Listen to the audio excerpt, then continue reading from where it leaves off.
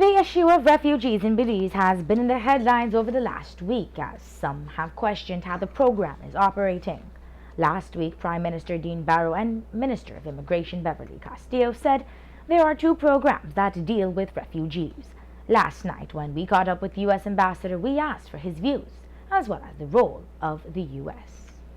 As I understand it, there are two groups of refugees. There are one large group of some 2,300, from what I've read, who are seeking refugee status or to settle their status here in Belize. That's what I would call the domestic refugees. That's something that I think the refugee committee that has recently been reinstated has sought to address that backlog of applications.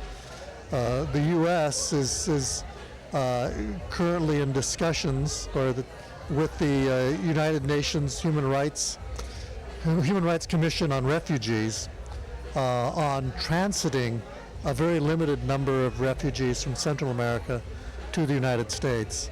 Cabinet is considering that proposal from the UNHCR, and they have yet to make a decision, but we stand ready to support the United Nations Commission on Human Rights in its efforts to move a limited number of refugees from Central America to the United States. 10 families at any given time.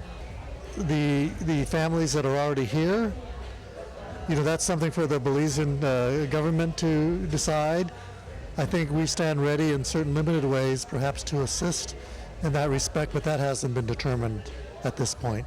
As currently proposed, and I can't go into all the details, these are refugees who will be pre-screened in terms of their security background and so forth. They will be applying for refugee status in the United States. So, and anyone who, for whatever reason, ultimately decides not to go to the United States, which I think is a very remote possibility, they will be resettled into a third country, not Belize. Prime Minister Barrow has indicated that before the temporary protection agreement is implemented, consultations would have to take place.